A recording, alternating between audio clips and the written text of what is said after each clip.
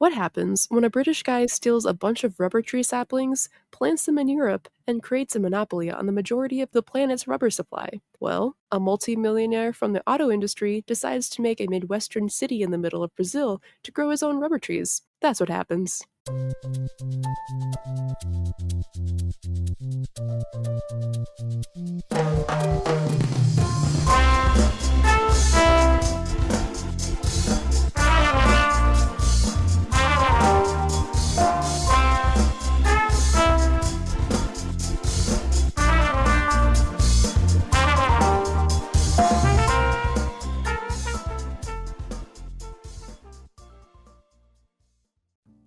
Hey Wanderers! Welcome back to another Foolish Wanderers podcast, the podcast about anything and everything.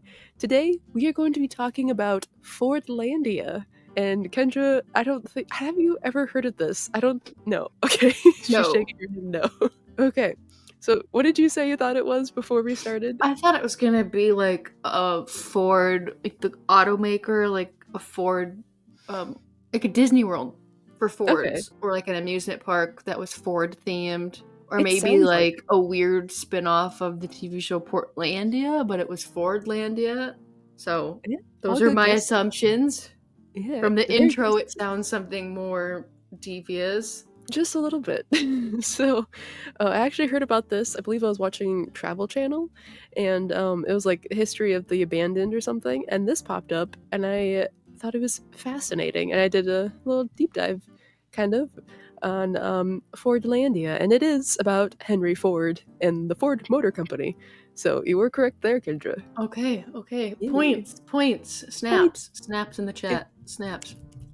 Hey, beautiful. Did you ever do that round of applause thing in like elementary school where teachers are like, a round of applause, you just like snap your little fingers together in a circle? No, they did not do that.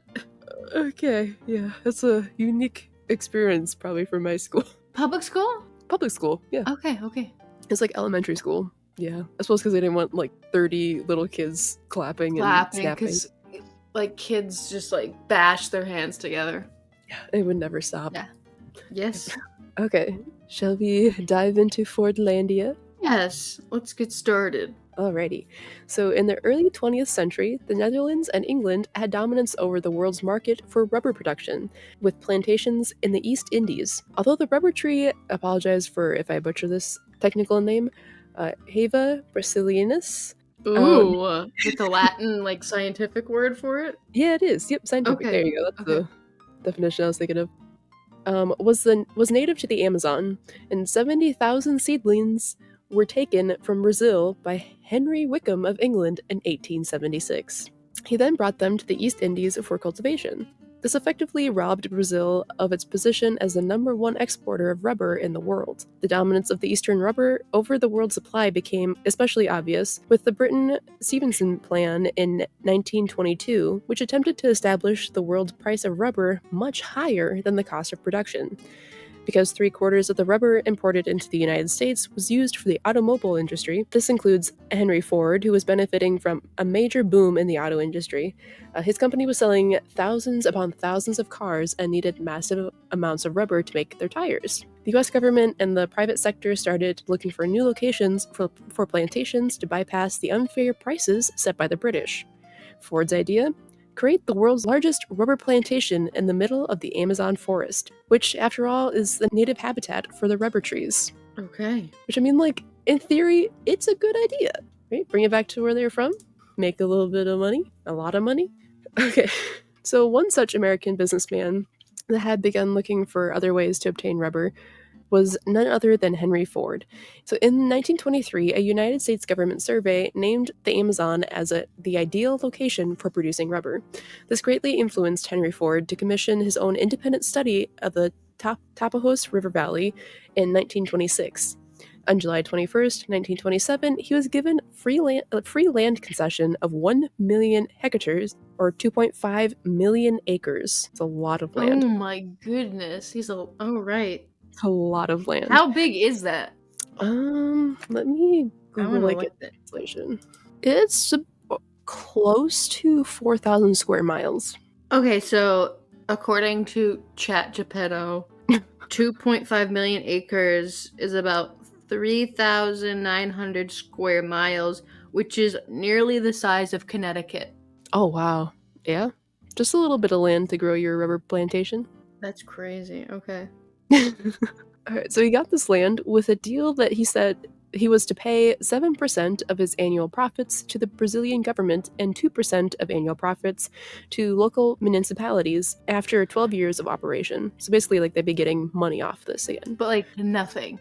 Yeah, It's like like next to nothing. nothing, but like it was something. Mm-hmm. Yeah, yep. So it was initially estimated that when the plantation was under full cultivation, it would produce enough rubber to make tires for 2 million automobiles a year. So that's an insane amount of rubber. In August 1928, two ships, the steamer Lake Ormoc, pulling the barge Lake Farge, it just sorry, it's just it Kate, reminds they totally do that on purpose, right? That's hilarious. I really hope they did, because it sounds like the Mick barge, you know, the McDonald's Oh barge. yeah. Oh yeah. That's just makes me, but like a farge, yeah, The barge Lake Farge. heck yeah. They left for the Amazon with supplies to establish a settlement. Soon the barges arrived with earth-moving equipment, a pile driver, tractors, stump pullers, a locomotive, ice-making machines, and prefabricated buildings. Workers began erecting a rubber processing plant as the surrounding area was cleared of vegetation. Things started to go awry very quickly. So while they were building their little settlement, shirtless workers clearing the land were attacked by ants, hornets, scorpions, and deadly pit vipers. I mean, yeah. It's the Amazon. That happens when you do major deforestation and don't know the area and all this other stuff. It doesn't want to be cultivated and tamed. Get out. It's like, get out. So, despite this, scores of Ford employees were relocated to the site. Over the first few months, an American as apple pie community sprung up from what was once a jungle wilderness. So, like, they basically transplanted their little town and brought it to the Amazon. Oh gosh. Do we get into how like what poor unfortunate souls had to be transplanted here? Oh, like the individuals? Yeah. Like I did don't have they that. No. okay, so they don't like it's okay, It's so just it's like not they're like like and stuff. Bob Yeah. and Carol Smith with their three like their three children. You know, he's been working for the company for 10 years and the promotion is promoted to the middle like the Amazon to live in this prefabricated house. Oh, Like that was. I wonder if it was that or if they just like randomly picked the lowest of the low and just said, "Here you go." I don't know. I bet it was like a combination of both, because you need like managers, but you also need just like, ground workers where they're Mhm. harvesting and stuff. So I don't know. I'd have to like, I didn't really see like firsthand accounts of like who went there, but Okay. it'd be interesting to like read their actual like what they thought of it. Yeah. So this new settlement included a power plant, a modern hospital, a library, a golf course, a hotel, and rows of white clapboard houses with wicker patio furniture. As the town's population grew, all manners of businesses followed, including tailor shops, bakeries, butcher shops, restaurants, and shoemakers. It grew into a thriving community with Model T Fords frequenting the neatly paved streets. So it's literally just like they picked up and just shipped them Mhm. down to Brazil. Like nothing really changed. So outside of the residential area, long rows of freshly planted saplings soon dotted the landscape. Ford chose not to employ any botanists, however, in the development of Fordlandia's rubber tree fields.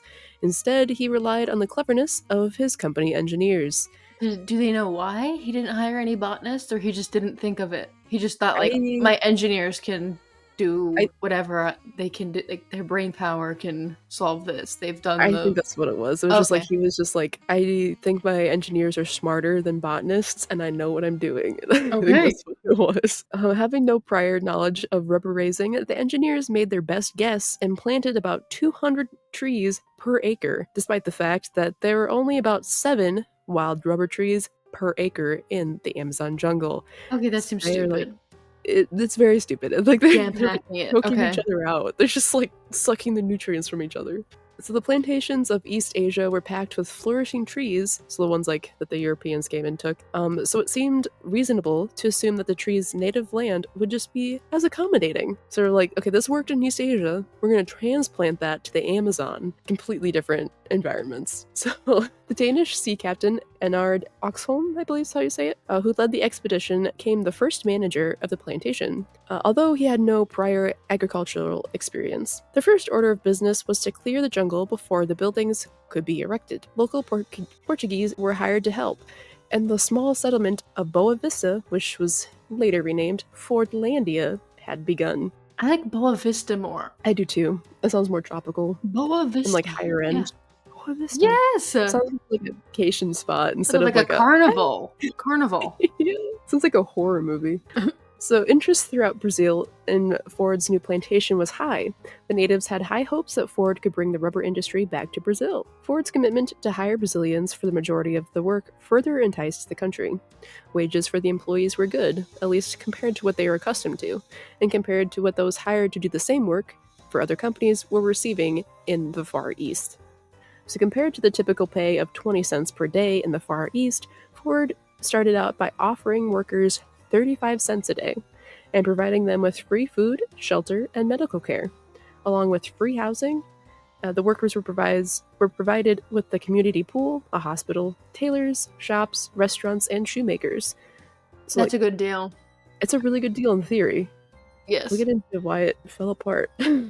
Okay, so one of the major concerns of the Ford Motor Company was to eradicate native diseases on the plantations and enforce proper sanitization. Malaria and hookworm were the two most common diseases among the natives. By enforcing basic sanitation, such as wearing shoes and dispensing quinine to the workers, the doctors were able to eradicate epidemic diseases on the plantation. What the heck is quinine? So quinine, it's in tonic water. It makes it glow under black light. What? Yeah, so I did Google what it's good for. So quinine is a medication primarily used to treat malaria by killing the parasites that cause the disease. It also has other actions in the body, such as being a muscle relaxant and pain reliever. It is a naturally occurring alkaloid derived from the bark of the cinchona tree, I believe.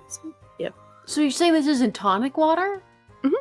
So this is, if I have gin and tonic in the summer, a cool, refreshing gin and tonic, I'm drinking this, sort of? Quinine. I'm drinking quinine? Quinine. You said it, like, glows under blacklight or something? Yeah. So there was, I think it was in college or high school, I watched, like, a Food Network show where they used quinine, or, like, tonic water, when they were making marshmallows, and it made, like, they used it for like a Halloween ghost shaped marshmallow, and it glowed under blacklight, and it was so cute. And that's when I first heard of quinine. Like, that's pretty cool. That's kind of cool. Yeah. Everyone should be drinking those gin and tonics in the club. Absolutely. You'll glow under blacklight. Yes. Yay. But yeah, so it's responsible for the tonic water's characteristic bitter taste. It is very bitter. I've never tried it, like, by itself. Don't do it. Oh, good to know. It's horrible. I was getting stuff for making like a mock of, like, do you know, like, the Alani drinks? Like, they're like the energy drink. Okay, it's a very trendy, like, caffeinated beverage. How do I spell it? Like, I'm behind on everything. I just drink Celsius. Yeah, that's the other big Celsius High. That's the only one I drink. So Alani is ALANI, I believe. But they have one that comes out for, like, Halloween that's called Witch's Brew, which is basically caramel apple. I'm not a fan of the actual Alani drinks. They're way too, like, fake sweet, and I don't like that taste. Yeah. But someone made like a copycat recipe without, like, all the caffeine. Yeah, that one. Okay, I've seen this one at work, Mm-hmm. and I thought it was a Celsius, and then I picked it up, and I went, "What in the heck?" And I put it back. So I didn't know what it was. Sure, yeah. Okay, so that's the new thing. All right, this is the new trend. I'm thankful that you keep up on all this stuff. The trends. I love grocery stores. I don't know any of this. Yeah. I mean, like, if you like a heavily flavored, low-calorie fake sweetener energy, it's for you. Who does? Not me. I do not like the fake sweeteners. I can't. I drink ranch water. Like, ranch water is my favorite thing. Again, Ranch Water Corporation, if you are listening or if you are associated with Ranch Water, hit us up. Please. Please. Because I am single-handedly keeping you in stock at Quick Trips. Yep, all Which across is the a- nation. Just Kendra. It's just me. Just Kendra. Well, I mean, those things are just, it tastes like nothing. They taste like nothing with a hint of lime. Mm-hmm. And that's why I like it, because it tastes like nothing. It's like a So soda I don't water. think it's just just soda water. So I don't think I'm Alani's clientele. No, those would be way too. You have to water it down a lot. Yes, I'm barely Celsius's or Celsius Celsius. I don't even know what the Celsius. I'm barely there. It takes me forever to drink one. That's why I like it. Yeah, I don't think I've had one of those, but I had Alani, and not my favorite. They're sweet too. They're sweet. But the so like the dupe recipe for like the witch's brew was like someone took the 0-calorie green apple Jolly Rancher packets of like flavor mix, and then they mixed it with like soda water and citric acid and caramel, and then it makes like basically the same thing but no caffeine, and it's better. Like it tastes better. All right. It's really good. And then so when I was with my mom when I was getting these ingredients, and she looked at the tonic water and was like, "Isn't that the same thing?" I'm like, no. It has No, soda water is nice, bubbly, bland. Tonic water is flat, bitter, like delicious, just bitter, tart. Not ugh. Yeah, I don't think I would like it. No, I don't know anyone that drinks that by themselves, like alone, like without anything. I would be concerned. I would too. I would too. Yeah. Unless you have malaria, then that's probably gonna help you. Should be drinking more. I don't know. Yeah. Okay. All right. And then I do have some pictures. I'll try to put the pictures in our YouTube video when it comes out. So my computer has been like freaking out on me when I try to add pictures to the YouTube videos, so I will try, but it just like freaks out and crashes my software, so I don't know what's going on. I'll try to fix it. That's concerning. Just a little bit. But yeah, so I do have some pictures, and I'll leave links to all resources in the description if you guys want to check them out. But there's pictures of like the hospital when it was like in its heyday. It's like a state-of-the-art hospital for the time. Ooh, it looks like the one from Harry Potter, I'm not gonna lie. It does. Like all the cast iron beds and stuff. Yeah, it looks like it's from Harry Potter. It kind of does. Alrighty, so now we're going to get to the trouble brewing. So an early problem at Fordlandia was the Amazon's heavy rains, combined with its hilly terrain, washed out the nutrient-rich soil needed to grow the rubber trees. Extensive terracing was needed to prevent the flooding on the cleared land. So like they would like, you know what terraced farming is, right? It's like the cool thing in Asia where they have like the rice paddies and it looks like steps. Yeah, like steps. That's it, right? Yeah. Yep. So it's like they cut steps and like they plant on the flat part of the steps. It helps from eroding away the soil. So Fordlandia was also plagued with other troubles, such as a drought during the dry season, and diseases and insects that attacked the trees. Among the attackers were a deadly leaf fungus and pests such as Saba ants, lace bugs, red spiders, and leaf caterpillars. The early troubles of Fordlandia partly had to do with the fact that the plantation was under the supervision of Ford's factory-trained men rather than horticultural specialists. Go figure. And I mean, yeah, like you kind of had this coming at that point. Yes, I like that. It's like the troubles are so much. It's already like it's raining. We've messed up because instead of planting 7 trees per acre or whatever it was, we've just jam-packed this sucker in there, and all the nutrients is running away. And then you have not only a leaf fungus, but all sorts of multiple insects, pests that are just trying to destroy the trees. Yep. It's just like everything is going wrong. I can't imagine. It's horrible. Okay. I do have more pictures for Kendra of like the terrace farming and like the flooding. There's like a car that's like submerged in mud and stuff. Oh, how about that? It's a fun time. Okay. But Ford's effort to transplant America, what he called the healthy lifestyle, was not limited to American buildings. It was also included mandatory American lifestyle and values. The plantation cafeterias were self-serve, which was not the local custom, so it was like a buffet style, basically. Mm. And they provided only American fare, such as hamburgers. The Brazilians often complained of stomach troubles with the unfamiliar diet, which makes sense. The workers also had to live in American-style houses instead of their traditional homes, which had palm-thatched roofs and were built high off the ground to keep out animals and insects. They were each assigned a number which they had to wear on a badge, which, in true American fashion, the cost of which was deducted from their first paycheck. Yeah, that sounds about right, yes. Yep. So Brazilian laborers were also required to attend squeaky clean American festivities on weekends, such as poetry readings, square dancing, and English language sing-alongs. It's like the most boring, like, sleepaway Poetry? camp ever. Poetry slams, just round of applause, snaps for everybody. This doesn't sound very fun. No. Nope. So one of the more jarring cultural differences was Henry Ford's mini prohibition. Alcohol. No! Yep. I'd burn that place to the ground. You're just like, I'm feeding these plants to all the bugs. They can wreak havoc on the leaves. I want my ranch water. I'll put up with the poetry readings and the square dancing and stuff, but the line has been crossed with your mini prohibition. Uh-huh. How does he expect to get anybody to go to these things if there's no alcohol? Yeah, no, that's fair. That's true.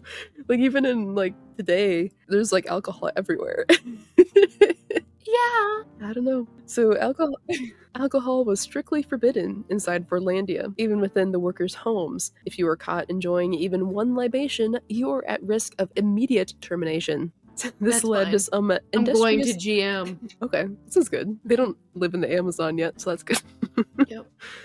This led some industrious locals to establish businesses of ill repute beyond the outskirts of town, allowing workers to exchange their generous pay for comforts of rum and women. So they had, yeah, and I have pictures of the little square dancing hall and like their church and their hospital and stuff. Squeaky clean American fun. So locals did not like the working hours of the Ford Motor Company. The Brazilian locals preferred to work before sunrise and after sunset. Because of these lifestyle changes, there was a significant amount of turnover on the plantation. The high wages and free lodging, food, and healthcare were attractive enough to draw new employees in, but the workers typically worked a short while before leaving. Like, to do with like the time difference, so like Ford had a very strict, like, you come in at 9, you leave at 5. Like, it was like a very much like a you work through the whole day. But the Brazilian like locals, they were used to working before it got super hot and then after the peak of the day. That way they didn't get burnt out. You'd have a break in the middle of the day, which for this climate makes a lot of sense. But Ford was like, you cannot do that. That is not what we do, and you will be fired if you don't show up to work your hours, which is insane. So back in the States, Ford had created an industrial system where workers could actually afford to buy the products that they made. But in the Amazon, there wasn't that much to buy. So there was no consumer society within the Amazon, so they didn't actually need the high wages that Ford was promising. So they would work a few weeks or a few months, and then they would disappear and go back to the jungle to work their plots, to produce their own food, and maybe come back the following year. So they just be like, I don't need the money. There's nothing to buy here. It's not a mall. Just I can make my own food and see you later. Bye. But in December of 1930, after about a year of working in the harsh environments with a strict, disagreeable, healthy lifestyle, the laborers' agitation reached a critical mass in the workers' cafeteria. Having suffered one too many episodes of indigestion and degradation, a Brazilian man stood up and shouted that he would no longer tolerate the conditions. A chorus of voices joined his, and the cacophony was soon joined by an orchestra of banging cups and shattering dishes. Members of Fordlandia's American management fled swiftly into their homes or into the woods, and some of them chased by machete-wielding workers. So it's kind of funny that the riot started because somebody was like, this American food is messing up my gullet and I can't take it anymore. It's true. Oh, it's great. So a group of managers scrambled to the docks and boarded their boats there, which they moved to the center of the river and out of the reach of the escalating riots. So they were like abandoning ship and just hiding in the middle of the river. Like, you can't touch me. So by the time the Brazilian military arrived 3 days later, the rioters had spent most of their anger. Windows were broken and trucks were overturned, but Fordlandia survived. Work resumed shortly, though the rubber situation had not improved. A British journalist writing for the Indian Rubber Journal visited in 1931 and wrote, quote, "In a long history of tropical agriculture, never has such a vast scheme been entered in such a lavish manner, and with so little to show for the money. Mr. Ford's scheme is doomed to failure." End quote. There was a rubber journal? I guess so. Yeah, they're like, "We'll, like, see what he's doing." It's kind of Not great. cool that everybody has, like, there's something, I guess. Yeah, yeah. But I mean, like, the business was booming at that point for, like, in the Far East, and they're like, heck Okay. yeah. But then, so they have, like, newspapers and all these articles, and then they're like, let's go see, check on the competition. There is none. Okay, let's go. So, along with internal troubles, Ford was also faced with outside critics who complained that the company was being too secretive about what was happening in Brazil. Some critics claimed that it was nearly impossible for the plantation to become financially viable based on the investment versus the friable rubber production. Additionally, the company had trouble with journalists who exaggerated the conditions on the plantation and made subjective observations later denied by Ford, which I wonder how, like, yeah, I wonder how exaggerated they actually were. I know, it's like, it's hard to take, because, like, you had no, like, TikTok back then, so you couldn't, like, have somebody's like, "Oh, look at these awful conditions," to, like, compete. I don't know. Social media is a blessing and a curse. So by 1933, after years of trouble with leaf diseases and pests, it was clear that changes were needed. So Ford hired Dr. James Weir, plant pathologist. He learned. Look at that. After a survey of the surrounding land, he suggested a new property 80 miles downstream from Fordlandia. The new plantation, Belterra, was established at the site. So not only does he have Fordlandia, which is crumbling, he now went 80 miles downstream to Belterra, and that is going to be his new, hopefully, plantation for rubber trees. That's kind of like what companies do, though. It's like if there's a problem, instead of fixing the problem at its core, they're like, okay, we'll just do a new thing, and this will fix it. But then, the problem just spreads. It's like an amoeba. I don't know. It is. A self-attacking amoeba. Yes. Okay, so as Henry Wickham had originally harvested and taken rubber tree saplings from Brazil half a century earlier, Weir obtained 2,046 buddings from high-producing trees in the Far East and brought them back to Brazil to start growing at Belterra. So he went back to, like, where the Europe's plantations were and brought the original saplings back. So Weir founded a research laboratory and nursery at Belterra to experiment with producing high-yielding and disease-resistant strains of rubber trees. Fordlandia was not abandoned, but the major operations from the plantation were transferred to Belterra. By 1940, 500 employees were working at Fordlandia, while 2,500 employees were working at Belterra. The new one, yeah. The new one, yep. Well, yeah, they had an actual, like, plant, like, specialist. He researched and he figured out, okay, these strains will survive. Use them, please. So you will actually make something. So the early success of Belterra partially had to do with Ford being more accommodating to the needs of the natives than at Fordlandia. He learned again. Very good. So a former sheriff, Curtis Pringle, was hired to manage the plantation, and he relaxed the midwestern style regulations that had been a problem at Fordlandia, deferring to local Brazilian customs for meals and entertainment. Belterra grew into a successful community, and in 1940, the president of Brazil visited Belterra and praised it as a model community. In 1942, the first commercial tapping of the rubber trees began, and 750 tons of latex were produced. Wow. This is well short of the 38,000 tons that Ford needed annually, but it was estimated that by 1950, the two plantations would produce that amount. So although Belterra was beginning to produce rubber, the new location was still plagued with leaf fungus problems. Technicians tried to contain the epidemic through bud grafting. Although this approach worked, the start of the Second World War brought in additional problems that impacted the rubber industry. Oh yeah. They're like just starting to like get somewhere. Yeah. And then boom! Shut it all down. Yeah, shut it all down. So during World War II, the rubber supply was cut off from the Far East, harming the US government's wartime need for tire production. The Ford plantations continued to produce rubber, but a leaf disease epidemic and additional labor problems made the producing making a reliable supply of rubber difficult. By the time the war ended and the Far Eastern rubber plantations were opened again, Ford didn't see the need to keep the Brazilian plantations open.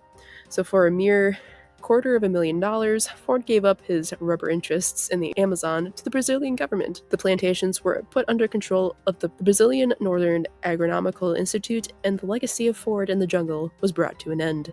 As of 1987, Belterra was used by a company called Latex Pasteur to produce rubber, but not at commercially viable levels. And Fordlandia today mostly remains abandoned. There's still like some farmers that use the land for like their own kind of stuff, but like Oh, the actual production of rubber there is no more. And okay. Belterra, I believe, still is like a thriving community, but Fordlandia is like a ghost town. Like only like squatters live there, basically. It's the squatter paradise? Okay. Is. I do have some photos for Kendra to look at, but there's like pictures of like the hospital. It's like now looks like a final like what is that game? The Last of Us? Is that what I'm Yeah, thinking of? kind of like zombie, like post, like apocalyptic, like it's been Yeah. abandoned. Yeah, it's Yep. kind of getting the vibe. Yeah, that video Mhm. game or the TV show. Yeah. Yep. Like everything's just kind of crumbling because no one is there, and Yeah. yep. So yeah, what did you think of Ford's Disney World in the Amazon? Disney World.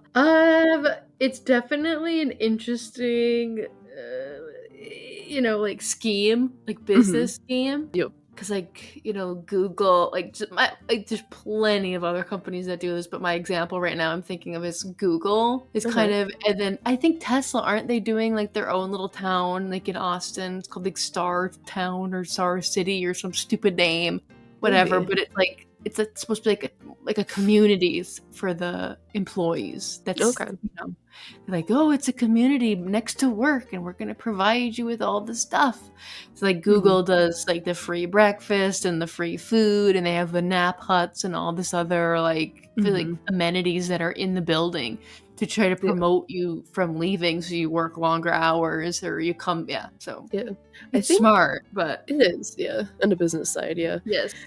I think it was Cadbury, like in Europe when they were like super popular. They had like Cadbury City and like had like all these like Cadbury City, what? I think that's what it You was. mean that stupid commercial with the bunny? They have a bunch of other chocolates. Uh, let me see. Cadbury That's City. Yeah, Cadbury City refers to Bourneville, a model village in Birmingham, England, built by the Cadbury brothers to provide a green and healthy environment for their workers, near the Cadbury chocolate factory. The village features distinct architectural styles, social amenities like sports grounds and schools, and a unique community atmosphere without any pubs due to the Cadbury family's Quaker principles. See?